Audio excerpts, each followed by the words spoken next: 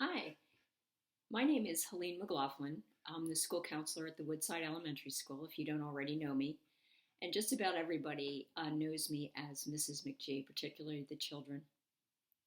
I was asked to talk to you all today in this format about meeting the social and emotional needs of children during a difficult time.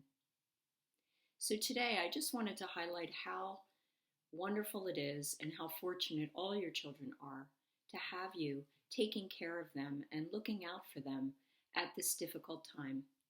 All children, no matter what age they are, need a high level of protection and reassurance at a time of crisis as we're in right now.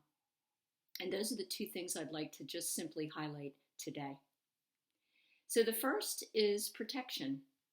And I'm sure you have been bombarded with information about how to physically protect your children from the virus. But it can't be underestimated that your children are looking to you to protect them. They're turning to you for that. And so following the CDC guidelines and the governor's guidelines for continued physical distancing, the wearing of face coverings, and frequent hand washing are still so important for you to be communicating to your children and insisting that they follow it. I say that because I've heard from parents who have struggled with their children complaining about social distance and wanting to play with their friends and get back to things being normal, which of course is very natural.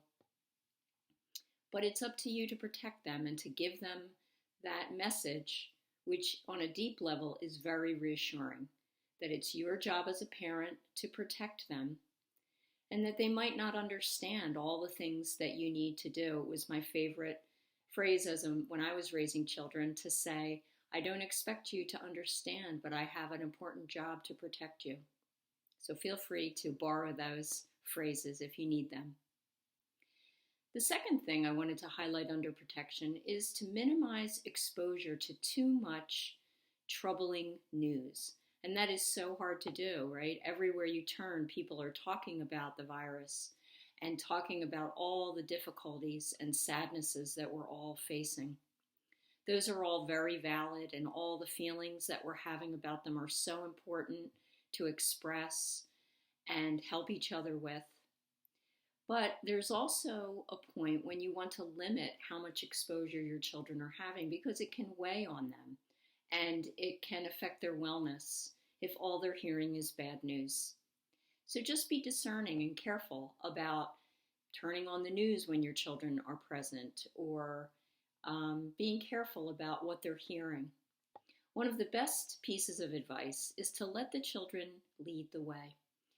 Listen to their questions and answer them as truthfully as you can.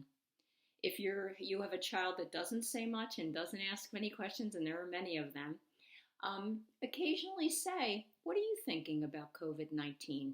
And see what they ask, and then answer the best that you can in a calm and reassuring manner. So those are just two aspects of protection I wanted to highlight today. Next, I wanted to talk about reassurance. Reassurance is so important at a difficult time like this. Children can't get enough of it. They seek it all the time, and you might have noticed that in some of their behaviors that may look like they're acting like younger children or needing extra hugs or have a heightened feeling of emotionality. This is all very normal and natural. We're all very vulnerable right now. Your children need you to be especially reassuring. So my first piece of advice under be reassuring is to just pour on the tender, loving care. It's something you always do.